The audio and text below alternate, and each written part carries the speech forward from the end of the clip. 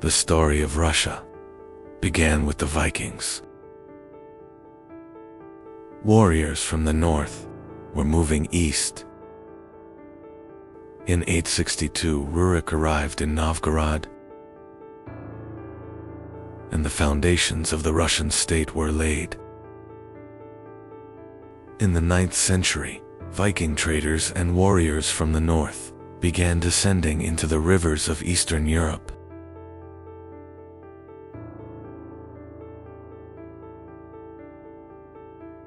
These warriors were called the Varangians. Soon, they began controlling the region's trade routes.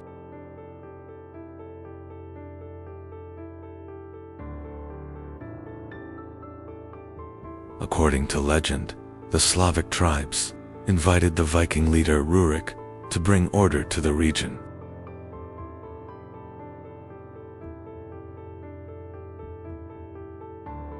And so, the foundations of the Russian state were laid in Novgorod. Over time, the Varangians captured the city of Kiev. Thus, the Kievan Rus state was born. It would become the first great core of future Russia. During the reign of Prince Oleg, Kiev became one of Eastern Europe's most powerful centers. Trade routes stretching between the north and Byzantium rapidly enriched the lands of the Rus. In the year 988, Prince Vladimir made a decision that would change history forever. Kievan Rus officially adopted Christianity, and Byzantine culture began spreading across the lands of the Rus. Orthodox Christianity became one of the foundations of Russian identity. Russia was no longer just a warrior society. A new civilization was being born. But a great disaster was approaching from the east, the Mongols. In the 13th century, Mongol armies led by Bata Khan began destroying Rus cities one by one.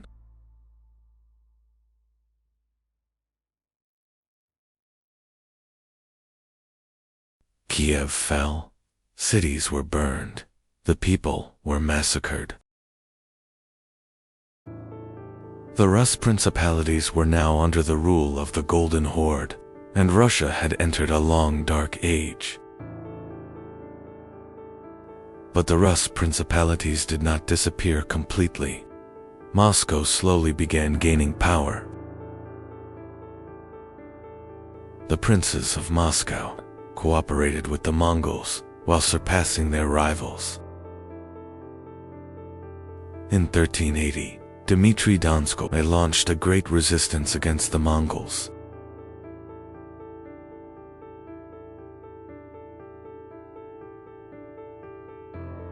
The Battle of Kulikovo gave the Russian people hope for freedom for the first time.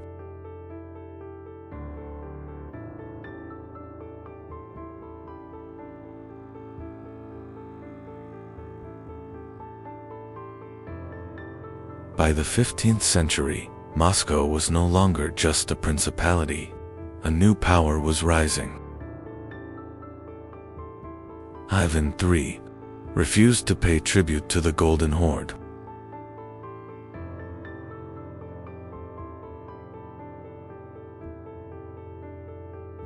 In 1480, two armies faced each other at the Ugra River, and Mongol domination began to collapse.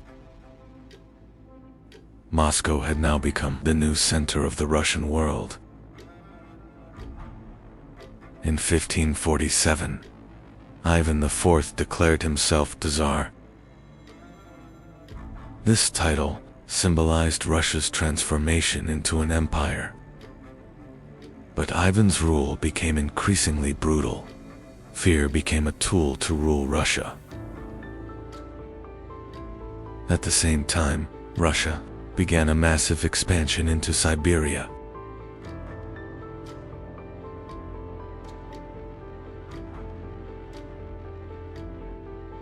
After Ivan's death, Russia descended into great chaos. famine, civil wars, and struggles for the throne began tearing the country apart. At one point, even Polish armies entered Moscow. Russia stood on the edge of collapse.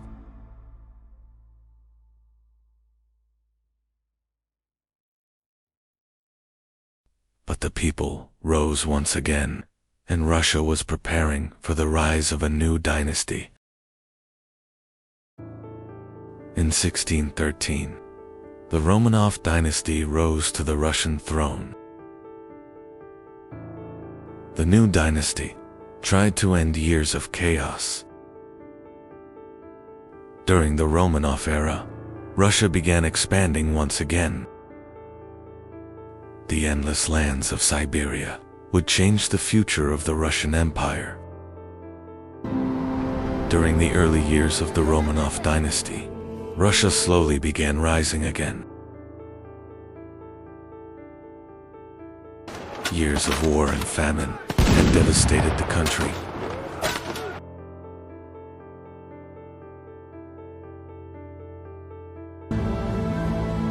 The new government was trying to rebuild the army and restore order. And the Orthodox Church became one of the greatest pillars of Romanov power.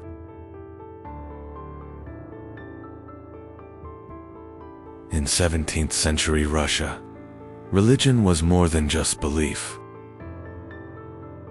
The Orthodox Church had become one of the most powerful institutions of the state. But life remained extremely difficult for the people. Peasants struggled under heavy taxes. Russia was growing, but the gap between nobles and common people was also deepening. Meanwhile, Russia continued expanding endlessly toward the east. Cossack units and explorers were advancing into the unknown lands of Siberia. Siberia was more than land. The fur trade was bringing enormous wealth to Russia. And with every passing year, Russia was becoming one of the largest land empires in the world. Born in 1672, Peter was very different from other Russian princes. From an early age, he was deeply interested in weapons, ships, and European technology. But intrigues inside the Kremlin never ended. Power struggles still shook Russia.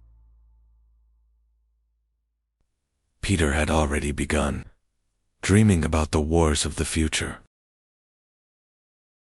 One of the places that fascinated Peter the most was the foreign quarter of Moscow. There he met European engineers and soldiers. He realized how far behind Russia had fallen. But Peter's ideas disturbed the old Russian nobility.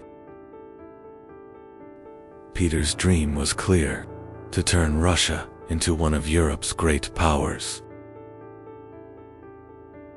In 1697, Peter left Russia and began his journey to Europe. But Peter did not travel simply to explore. He wanted to learn Europe's secrets. He studied shipbuilding, artillery, and modern armies. He was preparing to transform Russia completely. Peter now understood that Russia would never become a great power unless it changed. When Peter returned from Europe, he was no longer the same man. His first target was the old order. He began forcibly changing the traditions of the Russian nobility. The army was reorganized. Modern weapons and European-style discipline were introduced. And Peter's greatest dream was to give Russia a powerful navy. But a great obstacle stood before Peter: the Swedish Empire. At that time, Sweden was one of the most powerful states in Northern Europe. In 1700, at Narva, the Russian army suffered a devastating defeat. But Peter did not give up.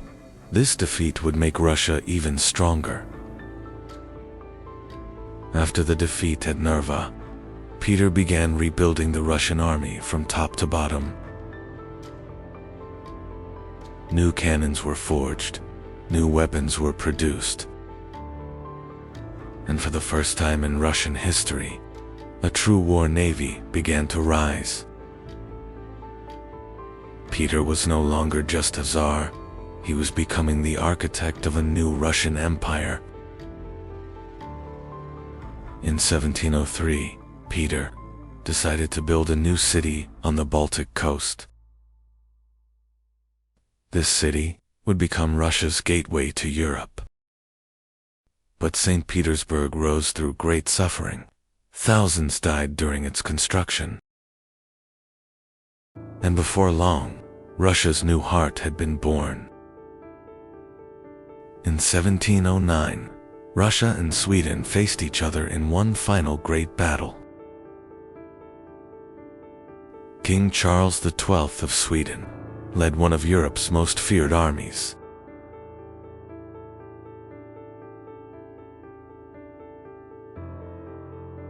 But at Poltava, everything changed.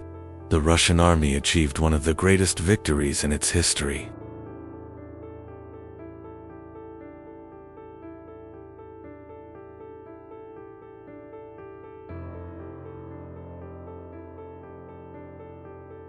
The world now had to accept a new reality. Russia had become a great power. After the victory at Poltava, Peter declared that Russia was now an empire.